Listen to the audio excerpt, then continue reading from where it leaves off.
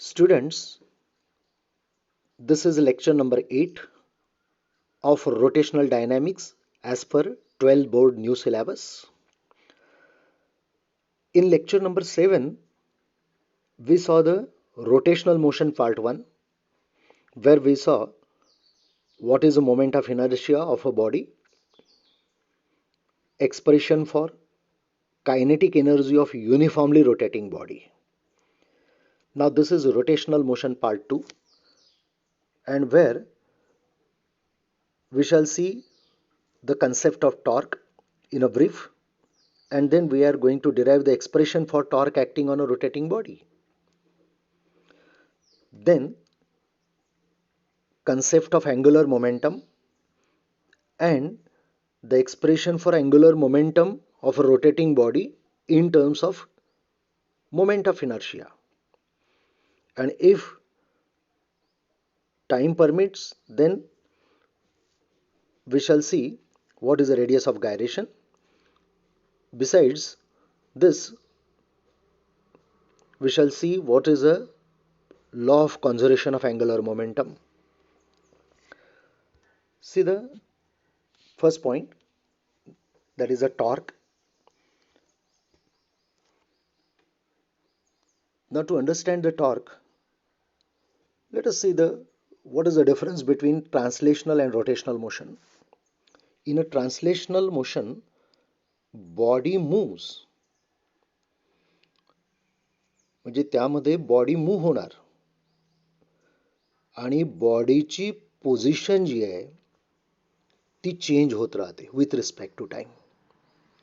म्हणजे बॉडी ही सतत जागा बदलवते, ती ट्रान्सलेटरी मोशन. रोटेशनल मोशन मध्ये बॉडी मूव्ह होते, पण ती तिथल्या तिथं, म्हणजे पोझिशन तिची बदलत नाही. Position does not changes. म्हणजे ट्रान्सलेटरी मोशन मध्ये बॉडी ट्रान्सलेट होते एका जागेवरून दुसऱ्या जागेवर, आणि त्यासाठी आपल्याला लागतं force. Force is a cause of translational motion. इथं बॉडीला तिथल्या तिथं फिरवायचं आहे, तर बॉडीला लागेल torque. Torque is a cause of rotational motion. एक गोष्ट चांगली क्लिअर करा की फोर्स जे आहे is needed to initiate the translatory motion. Force is not necessary to continue the translatory motion. Force हे फक्त मोशन सुरू करायला लागतं. मोशन कंटिन्यू ठेवायला फोर्सची गरज आहे असं नसतं. ते आपण युनिफॉर्म मोशन मध्ये आपल्या लक्षात येईल की बॉडी ज्या वेळेला युनिफॉर्म मोशन मध्ये असते त्यावेळेला त्यावरती नेट फोर्स 0 असतं. तसंच इकडे आपण जर पाहिलं रोटेशनल मोशन मध्ये, तर टॉर्क जे आहे, टॉर्क हे रोटेशनल मोशनला इनिशिएट करायला लागतं. रोटेशनल मोशन कंटिन्यू ठेवायला टॉर्कची आवश्यकता असते असं नाही, नॉट नेसेसरी. बघा, इन ट्रान्सलेटरी मोशन आपण हे रिलेशन चांगलं आपल्याला माहिती आहे. Net unbalance force acting on a body is equal to mass of the body into acceleration of the body.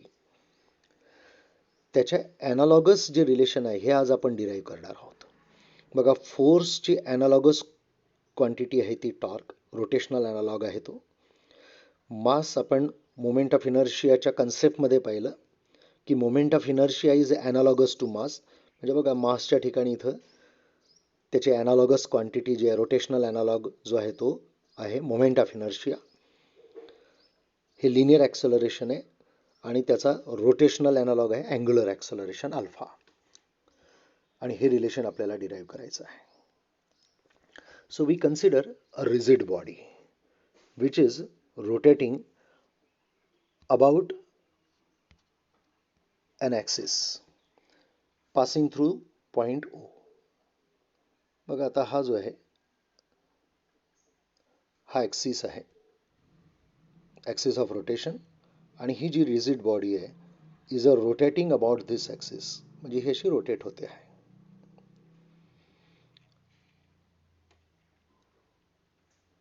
With constant angular acceleration. That is important. म्हणजे ही rotate होताना तिला constant alpha आहे. म्हणजे या बॉडीचा प्रत्येक पार्टिकल जो असेल त्याचा अँग्युलर ॲक्सलरेशन सगळ्यांचा सेम आहे. जसं आपण कायनेटिक एनर्जीच्या एक्सप्रेशनमध्ये पाहिलं, बॉडी ज्या वेळेला रोटेट होते विथ युनिफॉर्म अँग्युलर वेलॉसिटी, त्यावेळेला प्रत्येक पार्टिकलचा अँग्युलर स्पीड कॉन्स्टंट असतो.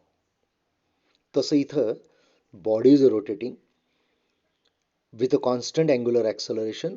म्हणजे या बॉडीचा जो प्रत्येक पार्टिकल जो आहे हा प्रत्येक पार्टिकल त्यांचा अँग्युलर ॲक्सलरेशन सेम असेल.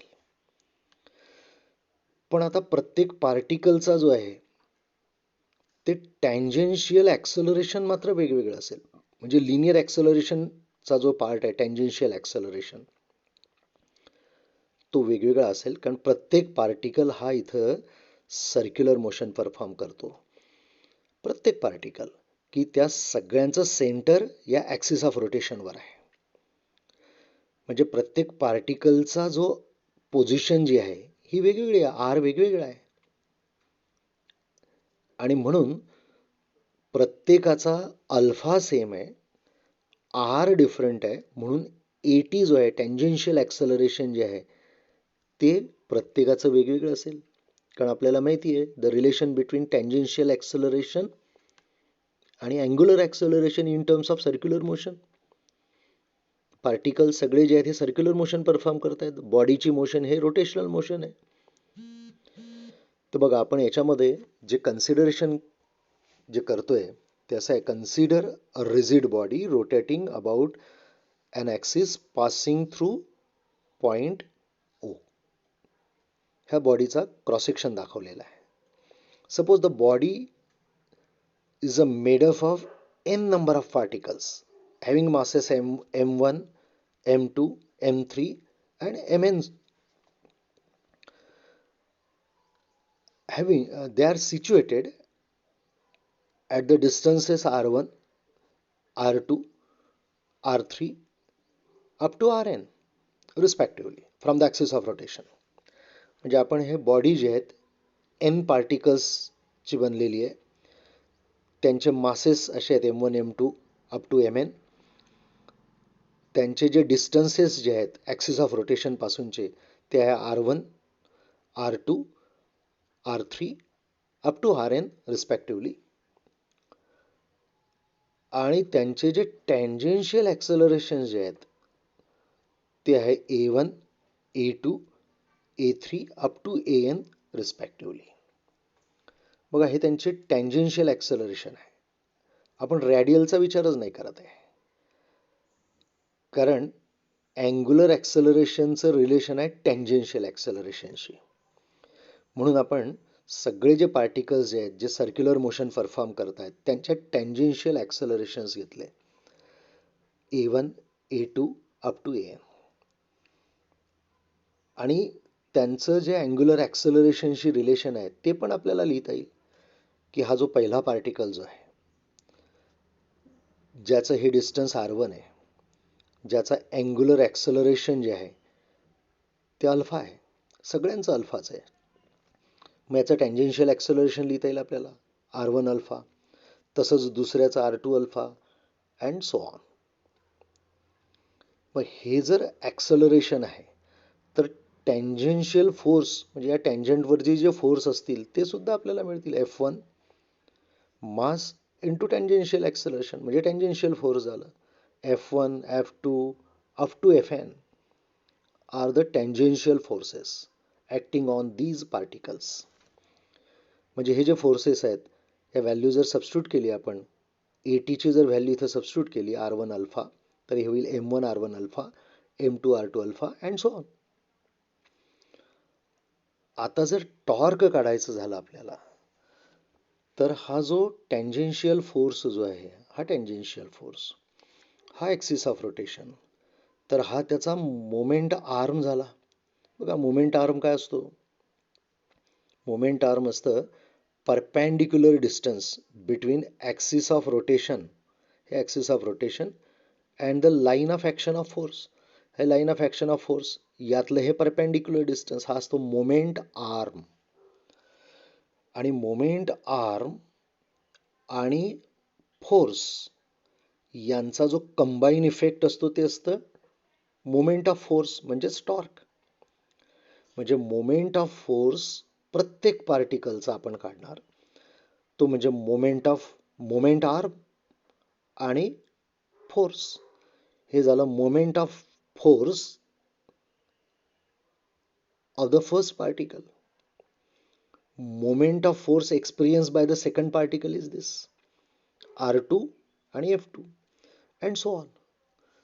मोमेंट ऑफ फोर्स प्रत्येक पार्टिकलचा जो आहे त्यांची जर आपण वेक्टर सम केली, आता F1 ची व्हॅल्यू टाका, F2 ची व्हॅल्यू टाका की आपल्याला हे मिळेल τ1 is equal to R1 M1 R1 alpha.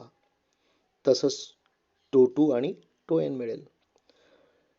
मग या पूर्ण बॉडीचा जो टॉर्क आहे जर आपल्याला काढायचा झाला तर या सगळ्यांची आपण व्हेक्टर सम करू. आणि सगळे एका डायरेक्शन्सला आहेत.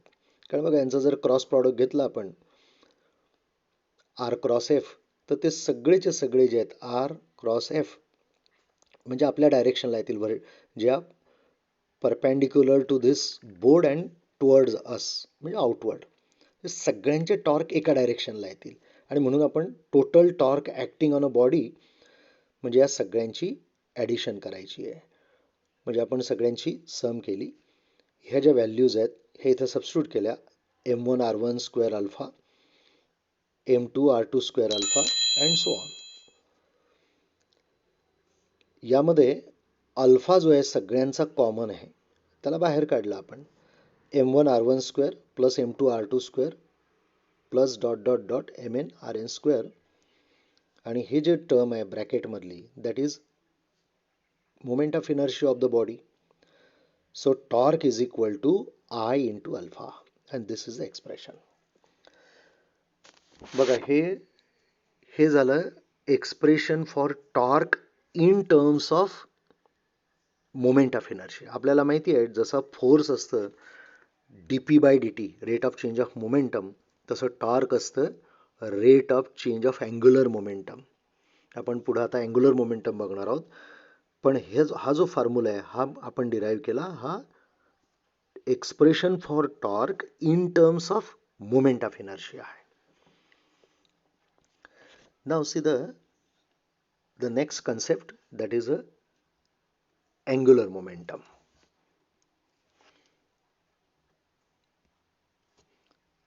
See what is angular momentum? The moment of linear momentum is called as a angular momentum of the body. हे आपण जरा समजून घेऊ. मोमेंट कसा घेतात परत एकदा आपण बघूया जरा. बघा जर आपण एक सर्क्युलर मोशन कन्सिडर केली, ही सर्क्युलर मोशन आहे, पार्टिकल बॉडी किंवा ऑब्जेक्ट मेकॅनिक्समध्ये एकच असतं. Suppose here is a linear velocity, ही या डायरेक्शनला असते आणि हे सेंटर ऑफ द सर्कल, आणि हा जो आहे हा त्याचा पोझिशन वेक्टर आहे R वेक्टर. तर इथं मोमेंटम जे असेल त्याचं लिनियर मोमेंटम हे म्हणजे मास इंटू व्हेलॉसिटी. हा व्हेलॉसिटी वेक्टर आहे म्हणून हा मोमेंटम सुद्धा वेक्टर आहे. आता इथं हा जो लिनियर क्वांटिटी जे आहे P, ही लिनियर क्वांटिटी, त्याला हा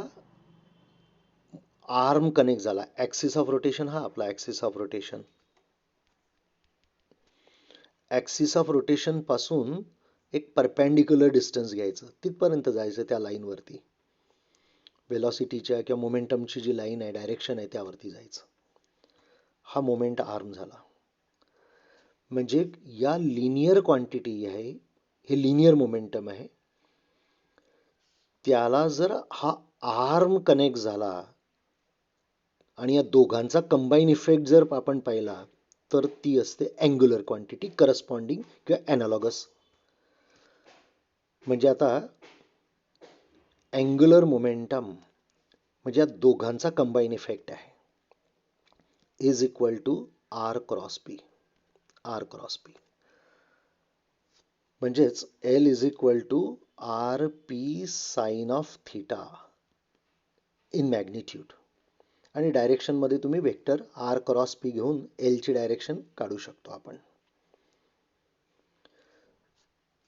इथं हा थिटा 90 डिग्री आहे आणि म्हणून साइन 90 जे आहे ते असतं 1, म्हणून हे आहे आर इंटू पी. म्हणजे moment arm into linear momentum, याला म्हणायचं moment of momentum. Moment of momentum म्हणजे आपण या मोमेंटमला मोमेंट आर्म कनेक्ट केला, त्याला म्हणायचं मोमेंट ऑफ मोमेंटम.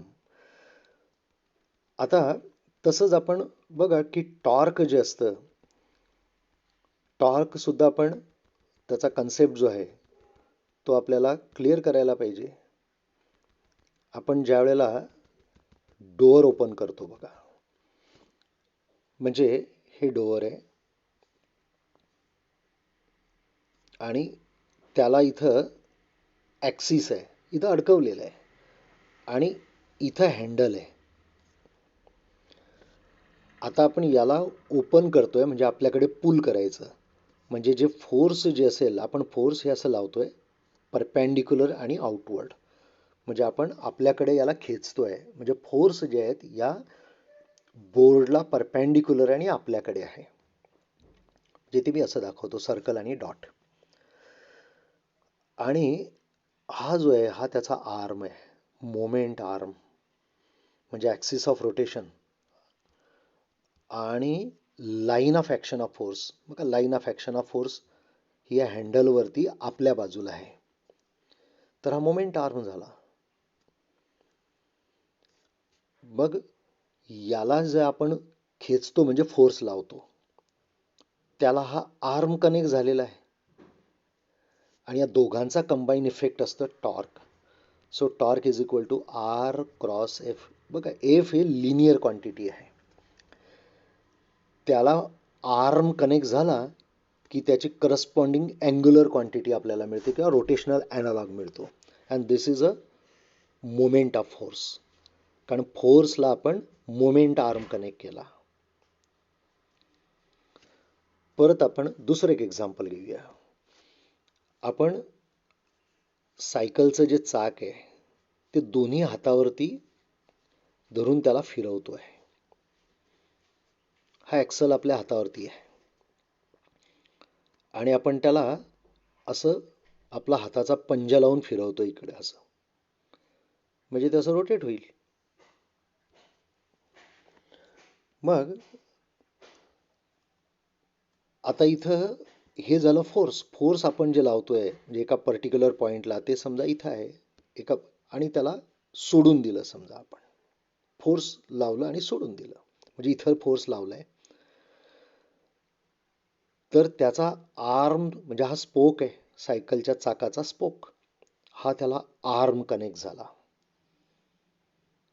म्हणजे आपण त्याच्यावरती टॉर्क लावलं. ते जे टॉर्क आहे that is r cross F, आणि त्याच्यामुळे ते रोटेट होतं. म्हणजे नुसत्या फोर्सने नाही रोटेट होत, त्याला आर्म कनेक्ट झाला की मग या दोघांचा कंबाईन इफेक्ट रोटेशनल इफेक्ट तयार करतो, R cross F. That is a moment of force.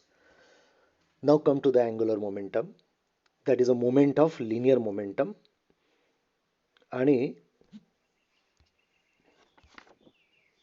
Moment of linear momentum is called as angular momentum of the body. त्याचा फॉर्म्युला जो आहे बघा, हा मोमेंटम एम व्ही आणि त्याला आरने मल्टिप्लाय केलं की ते झालं अँग्युलर मोमेंटम. तेच आपल्याला आता हा फॉर्म्युला डिराईव्ह करायचा आहे, आय ओमेगा आपण बघणार आहोत. त्यानंतर त्याला जर व्हेक्टर फॉर्ममध्ये जर पाहायचं झालं आपल्याला, तर ते व्हेक्टर फॉर्ममध्ये आर क्रॉस पी असतं, पी क्रॉस आर नाही, आर क्रॉस पी असतं. हे डायरेक्शन इम्पॉर्टंट आहे, या दोघांना परपॅन्डिक्युलर आणि given by the right hand rule. आणि त्याचे युनिट, SI युनिट, हे डायमेन्शन्स आहेत. बघा, मोमेंटम म्हणजे kg मीटर पर सेकंद आणि त्याला मीटरने मल्टिप्लाय करा की kg metre square per second होईल आणि त्याच्यानुसार आपण ह्या डायमेन्शन सहज लिहू शकतो. m1 l2 t-1. Now see the expression for angular momentum. आपण आता बघणार आहोत expression for angular momentum. For that we consider a body, rigid body, which is rotating about this axis. Now this body is rotating with constant angular velocity. त्याला म्हणायचं uniformly rotating body. म्हणजे आता इथं constant angular acceleration नाही आहे. Body is rotating with constant angular velocity. ज्यावेळेला body ही constant angular व्हेलॉसिटीने रोटेट होते त्यावेळेला तिला अल्फा 0 असतो. There is no change in angular velocity, no angular acceleration, no torque. म्हणजे याच्यावरती टॉर्क नाही आहे. म्हणजे एकदा हिला रोटेट केली आणि सोडून दिलेली आहे म्हणजे ती आपोआप फिरते आहे आणि तिचा ओमेगा जो आहे तो फिक्स आहे. याला म्हणतात uniformly rotating body. So we consider a rigid body rotating about an axis passing through this point O with constant angular speed and angular velocity omega. Suppose the body is made up of n particles having masses m1, m2, m3, mn situated at a distances r1, r2, r3 up to rn respectively from the axis of rotation. म्हणजे इथं सुद्धा body n पार्टिकल्सने बनलेली आहे. प्रत्येकाचं मास जे आहे ते अशा प्रकारे आहे, m1, m2, m3 अशा प्रकारे त्यांचे मासेस आहेत आणि ॲक्सिस ऑफ रोटेशन पासून त्यांचे डिस्टन्सेस जे आहेत ते r1, r2, r3 up to rn अशा प्रकारे आहे. आता आपल्याला पाहिजे अँग्युलर मोमेंटम. त्यासाठी आपल्याला लागेल लिनियर मोमेंटम. लिनियर मोमेंटमसाठी लागेल व्हेलॉसिटीज. म्हणून आपण काय करू की प्रत्येक पार्टिकलच्या लिनियर व्हेलॉसिटीज आपण पहिल्यांदा ॲश्यूम करून घेऊ. बघा, इथं बॉडी युनिफॉर्मली रोटेट होते. प्रत्येक पार्टिकलचा ओमेगा सगळ्यांचा सारखा असेल. प्रत्येक पार्टिकलचा अँग्युलर स्पीड सेम आहे. प्रत्येक पार्टिकलचा लिनियर स्पीड मात्र सेम राहणार नाही कारण प्रत्येकाचा आर वेगवेगळा असेल.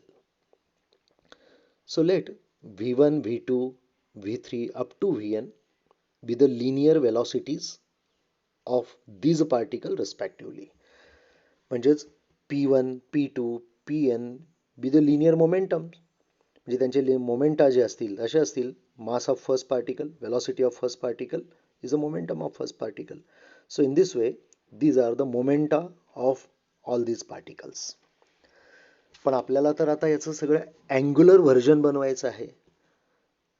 म्हणजे याचं अँग्युलर व्हर्जन म्हणजे हे लिनियर जे आहे त्याला आपण अँग्युलरमध्ये रिप्लेस करू. म्हणजे r1 ओमेगा टाकू. ह्या लिनियर वेलॉसिटीची व्हॅल्यू r2 ओमेगा.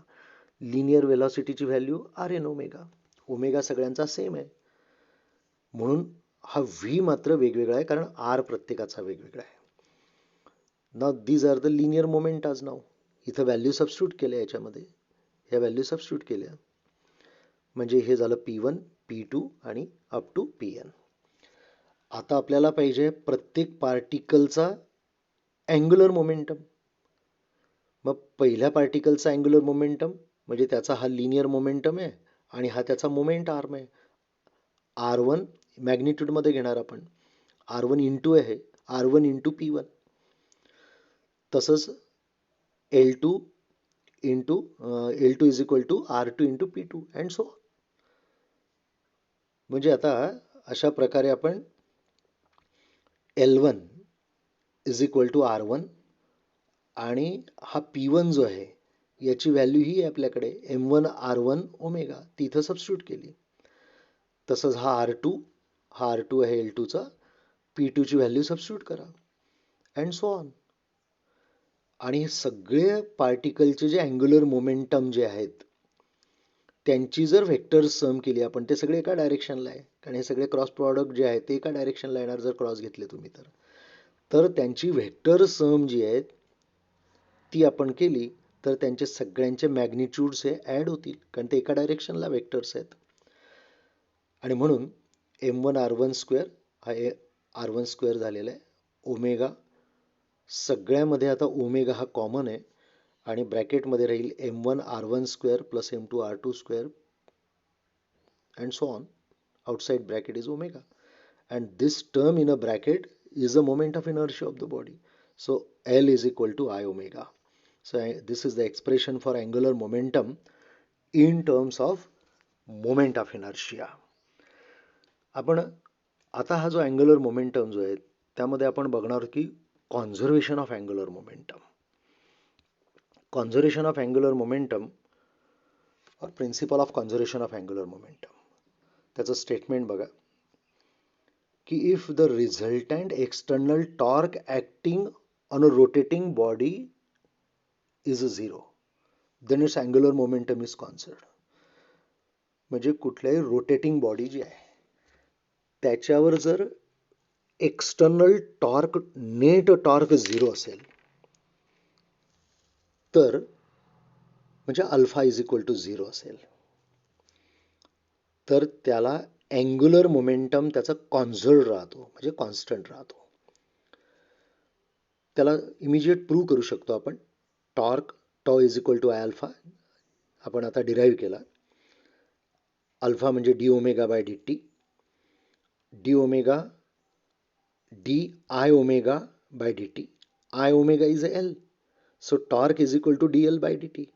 बघा हे जे रिलेशन आहे याचं ॲनालॉगस रिलेशन ट्रान्सलेटरी मोशनमध्ये F force is a D P by D T. The force acting on a body is a rate of change of momentum. तसंच हे torque acting on a body is a rate of change of angular momentum. आणि ज्या वेळेला torque 0 असेल, बॉडीवरती जर external torque 0 असेल म्हणजे हे टॉर्क 0 झालं म्हणजे D L by D T 0 झालं. D L by D T 0 याचा अर्थ काय? There is a no change in a L with respect to time. म्हणजे angular momentum is not changing with respect to time, means angular momentum is a constant. So when no external torque acting on a body, then angular momentum of the body remain constant, and this is a principle of conservation of angular momentum, just similar to the principle of conservation of linear momentum. तिथं आपण काय पाहिलं? If no external unbalanced force acting on a body, then it's linear momentum constant. बघा त्याचाच हा rotational analog आहे. यामध्ये आपण जे एक्झाम्पल जे आहेत म्हणजे या कॉन्झर्वेशन ऑफ अँग्युलर मोमेंटमला क्लिअर करण्याकरता ते एखादं एक्झाम्पल आपण बघूया की आपण एका टेबलवरती उभे आहोत आणि याला आपण एकदा फिरवला आणि सोडून दिला. इथं त्याचा ॲक्सिस आहे, त्याला फ्रिक्शन नाही आहे. आपण आता याला एकदा फिरवला आणि सोडून दिला. आपण ज्यावेळेला हात काढतो म्हणजे आपण फोर्स काढून टाकला म्हणजे टॉर्क 0 झाला, तरी ही बॉडी रोटेट होते. आणि याला त्यावेळेला ओमेगा हा कॉन्स्टंट असतो, म्हणजे याला ओमेगा कॉन्स्टंट आहे. आपण यावेळेला इथं उभे आहोत, बरोबर सेंटरला उभे आहोत आणि आता हे कॉन्स्टंट ओमेगाने रोटेट होत आहे. आपण काय करतोय आता? आपण यावरती चालायला लागलो. या साईडला आपण ज्या वेळेला चालायला लागतो त्यावेळेला याचा स्पीड जो आहे हा कमी होताना आपल्याला दिसेल. हे का होतं ते बघूया आपण. आपण जसं या साईडला जातोय तसं हे जे मास आहे, आपलं मास घेऊ फक्त, mass is going away from the axis of rotation. आणि ज्या वेळेला मास हे ॲक्सिस ऑफ रोटेशन पासून दूर जातं त्यावेळेला काय होतं तर आय इन्क्रीज होतो. कारण आय आपण पाहिला moment of inertia depend on 2 things, mass of the body and distribution of a mass about axis of rotation. म्हणजे हे जे मास आहे हे जर दूर गेलं समजा तर आय इन्क्रीज होणार. आय इन्क्रीज झाला, टॉर्क तर झिरो आहे, म्हणजे याचा एल कॉन्स्टंट राहावं लागेल. म्हणजे एल इज इक्वल टू आहे आपला आय ओमेगा. त्यातला आय जो आहे, आय इन्क्रीज झाला म्हणजे याला जर कॉन्स्टंट ठेवायचा आहे एलला, तर याला डिक्रीज व्हावं लागेल आणि म्हणून त्याचा ओमेगा कमी होतो. उलट जर आलो आपण तर ओमेगा वाढेल कारण तिथं आय कमी होईल. So this is a example of principle of conservation of angular momentum, and here we stop now.